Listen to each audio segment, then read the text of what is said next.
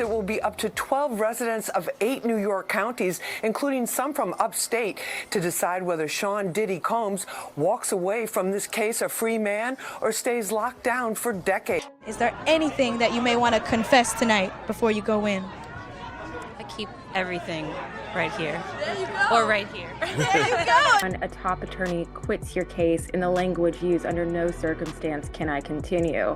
I think people are just pointing at that and say, uh-oh, he can't defend him, and making their own assumptions from there. There have been kind of reports circulating. It seemed like there was a breakdown between Diddy's attorneys about going to trial in May. Would you be open to a plea bargain? Well, it's not up to me. It's up to Mr. Combs, and I don't see it happening. Why? Because he believes he's innocent. He believes he's innocent, and what's more, he believes that he needs to stand up, not just for himself, for his family, and for everybody who's been targeted by the federal government. Well, Bill and Sade, accepting a plea agreement would mean that Sean Combs would have to admit to trafficking and force. And today he made it very clear that was not going to happen. Diddy maintained all along these encounters involved consenting adults and plans to take his chances that a jury agrees. The decision guarantees Combs will face trial beginning just 4 days from now that will test whether one of music's most prolific figures used his power, wealth, and fame to sexually exploit both women and men for decades. In a packed federal courtroom in Lower Manhattan, the trial of Sean Diddy Combs entered its pivotal second week, drawing intense public scrutiny as jurors began evaluating a case that has been described by prosecutors as the most methodically documented celebrity crime prosecution in recent memory. With jury selection concluded after 6 days of vetting, 14 jurors, 12 principals and 2 alternates were seated to hear a case that prosecutors allege spans more than a decade and implicates the use of private estates, corporate infrastructure, and elaborate access protocols to facilitate systemic sexual misconduct involving both men and women. Judge Arun Subramanian opened proceedings with instructions emphasizing the presumption of innocence, the need to assess each charge independently, and the responsibility to rely solely on evidence presented in court. The prosecution, led by Assistant U.S. Attorney Celia Grant, began with an opening statement that framed the case not as a one-off scandal, but as a coordinated abuse of power, describing exclusive creative retreats and... He knows the deck is stacked against him. They've got a ton of evidence. Take the plea deal, dude. Just take it. Well, my guess is that, because we don't know the deal of the plea deal. At least I don't think we do. True. Okay. Mr. Combs feels, he probably is the only person I know of who might be able to actually accomplish that. Because I don't like him or I don't believe in his case, I think he's got a very defensible case. To me, this whole case boils down to an issue of consent, right? And as far as I know, I don't know all the evidence, but it's an issue of consent, right? Did they consent or did they not? I mean, was a gun put to someone's head? Or did they want to do it because they were getting all the perks associated with being part of a Diddy party and being one of Diddy's... VIP events allegedly designed to isolate participants from outside communication and accountability. According to the indictment, guests were often required to surrender phones and sign non-disclosure agreements upon entry, a policy the prosecution argued functioned to ensure secrecy, not security. To support their claims, prosecutors pledged to introduce an array of digital evidence, metadata, router logs, wristband access scans, and surveillance shutdown schedules, all of which, they said, would demonstrate premeditated control over environments where misconduct was alleged to have occurred. Defense counsel Jonathan Sims countered, insisting that the government's narrative relies on a fundamental misinterpretation of standard industry practices, asserting that confidentiality and control are common in high-profile production settings, and that no crime exists in scheduling private sessions, monitoring guest movement, or ensuring that unreleased music projects remain protected. Sims previewed a strategy of undermining witness credibility and challenging the forensic assumptions underlying the digital evidence, arguing that the court must distinguish between logistical complexity and criminal intent.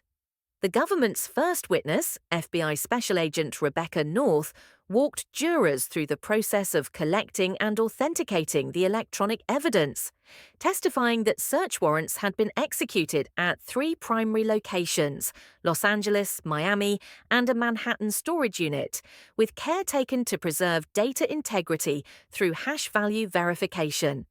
On cross-examination, North acknowledged that firmware updates in routers could create temporary log gaps, but asserted these had been accounted for via synchronized network timestamps. Following North, forensic accountant Daniel Irwin took the stand, presenting corporate ledgers categorized under vague labels like guest care and event enhancement, which he said contained large cash withdrawals often made in $10,000 or $20,000 increments. These, he claimed, lined up with periods where camera logs went dark or door access overrides were triggered. Defense attorneys challenged Irwin's conclusion, noting that live events routinely require high cash liquidity, particularly for last-minute performance honorariums or hospitality upgrades.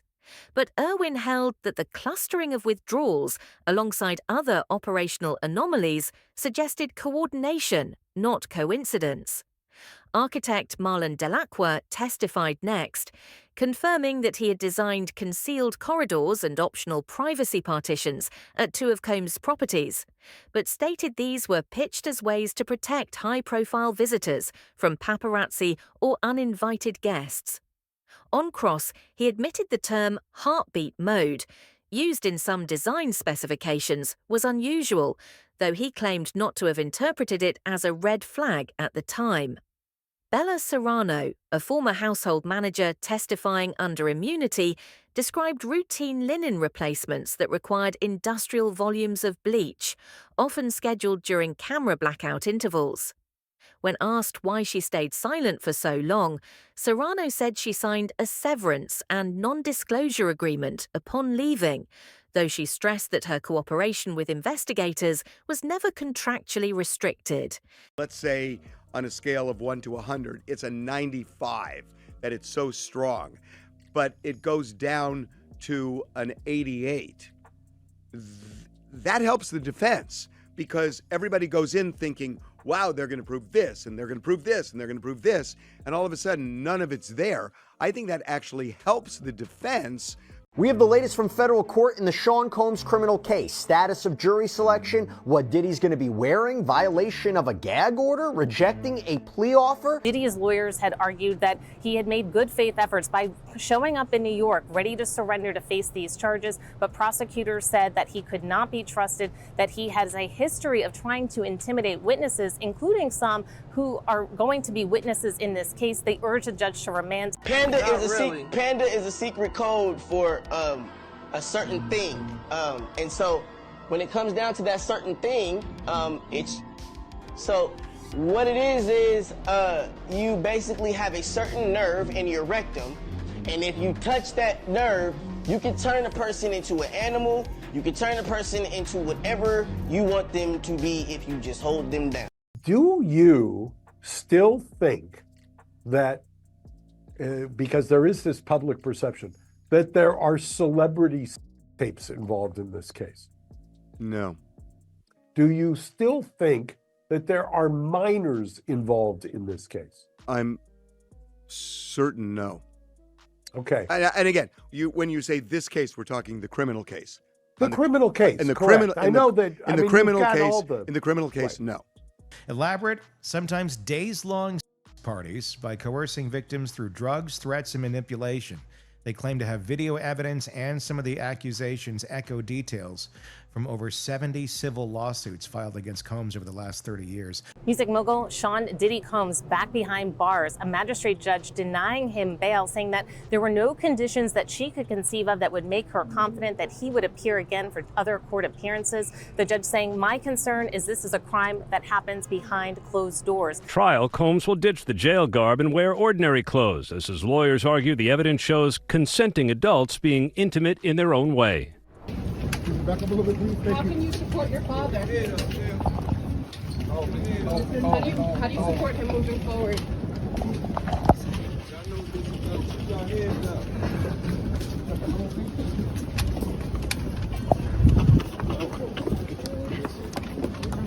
This is going to be such a massive trial, like maybe the biggest Hollywood trial. God knows which way it's going to go. Are they going to, is it going to go on for weeks and months? For sure, weeks. She did, and when the judge did, Diddy, who was sitting at the defense table with his attorneys, did not show any signs of emotion. He took a sip of water before he was led out of the courtroom by the U.S. Marshals. Now, his lawyers have vowed to fight this. They are going to be back in court on Wednesday before the judge who will oversee this trial and try to get Diddy to be released. Major developments tonight involving the case against Sean Diddy Combs, what he decided in court today, and what this now means, the move coming just 4 days before his trial is set to begin. Here's Aaron Katursky. Tonight, Sean Combs makes it official. He's rejecting the government's offer to plead guilty and spare himself the possibility of a prolonged term in prison. When asked if he turned down the offer, Combs answered, "Yes, I do, Your Honor," as he stood in a baggy beige jail uniform. Terms were not disclosed, but prosecutors did say a plea could result in a shorter sentence for Combs than if he's convicted. Wow, you guys, if you thought it couldn't get any worse, it actually does. Diddy's being hit with another SA lawsuit, but this time from a former male employee. And he's saying that Diddy would touch him inappropriately. What made you come here to support Puff? I'm supporting Puff because he's innocent, and I'm wholeheartedly believing his innocence, and I know he's innocent. So you say you know he's innocent? 1,000%. Federal trafficking, racketeering, and charges beginning Monday morning. The bigger hurdles in selecting a jury this coming week is that there is, at least anecdotally, when I talk to people, they have that opinion, strongly held opinion, that there's celebrity tapes, that they've kind of conflated Epstein, and you mentioned Ghislaine Maxwell and all of these things into Diddy. There's this idea that somehow this is Epstein redone. The most dramatic testimony came from Roger Bonds, Combs' former head of security, who authenticated digital ledgers and explained a color-coded wristband system that sorted guests by access level, creative support, standard VIP, and limited mobility. He described scheduled GC start intervals where housekeeping staff would enter rooms while cameras were in standby and personal devices had been surrendered. Defense attorneys challenged his motives, pointing to a civil deposition in which he praised Combs' leadership and disclosed a pending firearms charge, which Bonds admitted but insisted did not influence his testimony under his cooperation agreement. Video evidence submitted by actor Jamie Foxx, 2 short clips and 10 text message screenshots, was validated by a cyber forensic examiner who confirmed that device serials matched and that timestamps aligned with previously submitted router logs. The videos purportedly showed Combs reviewing a scheduling board that included the term heartbeat next to initials and access time blocks, while Fox's messages suggested limited guest movement during dark periods. Defense attorneys argued these were standard scheduling documents and that heartbeat could reference ambient lighting effects, but the court admitted the exhibits over objection. Jaden Smith also testified, describing 2 songwriting retreats where guests were asked to relinquish phones and comply with color-coded band restrictions. He recounted declining a late-night invitation and later receiving a message from Combs saying, "Heartbeat missed you. Next time, stay the night." Smith admitted not reporting the incident earlier, citing a lack of documentation until approached by federal investigators. Orlando Brown, another cooperating witness, described 3 holiday weekend visits where he recorded voice memos about hallway activity, carts, bag transfers, and whispered instructions, which prosecutors matched to building access logs and router activity. Defense attempted to discredit Brown, pointing to past erratic behavior, but prosecutors submitted rehab records to verify his sobriety during relevant periods. The government concluded with a systems integrator who installed the RFID wristband readers and demonstrated that camera shutdowns could be triggered by preset wristband scans. The defense then called 2 expert witnesses. a logistics consultant who testified that device collection and access bans are common at high-security events, and a corporate accountant who asserted that event-related cash withdrawals, even in large denominations, were customary. Prosecutors countered by pointing to dates when these withdrawals coincided with linen replacements and system blackouts. The court finalized instructions, emphasizing that jurors must distinguish between correlation and causation and must not convict based on conjecture. As deliberations began under sequestration, jurors requested playback of Fox's video clips, reviews of linen invoices, and clarification of terms like camera downtime and guest care. The judge reread instructions and provided redacted documents consistent with federal evidence rules. Observers noted that the jury appeared deeply engaged, spending hours reviewing router log composites, whiteboard snapshots, and expense correlations. Regardless of the final verdict, the case has already sent ripples through the entertainment industry. Insurers have revised underwriting rules requiring hosts of private gatherings to retain digital logs and camera access data. The proposed Performer Safety and Accountability Act, introduced in multiple state legislatures, would mandate communication device alternatives and camera audit trails for any private entertainment event exceeding 8 hours. Record labels are rewriting contract templates to demand disclosure of surveillance practices and staff access rosters. Multiple venue operators have begun retrofitting camera systems with tamper-evident seals and adopting off-site data storage. Streaming platforms have pledged proceeds from documentaries to fund a digital evidence education center at Combs' former estate, where anonymized router log simulations and mock scheduling interfaces will be displayed. Meanwhile, Combs remains in administrative segregation at FCY Terminal Island, pending sentencing. He has requested enrollment in music theory and business courses, though his eligibility remains under review. Post-verdict motions are expected as prosecutors seek high-end sentencing enhancements citing the scale and duration of misconduct, while defense attorneys prepare to contest calculations, arguing many expenditures were unrelated to criminal activity and that certain assets were acquired in good faith or prior to any alleged wrongdoing. The court scheduled sentencing 4 months from verdict to allow time for a full evidentiary hearing. Regardless of the jury's decision, industry norms surrounding privacy, guest oversight, and digita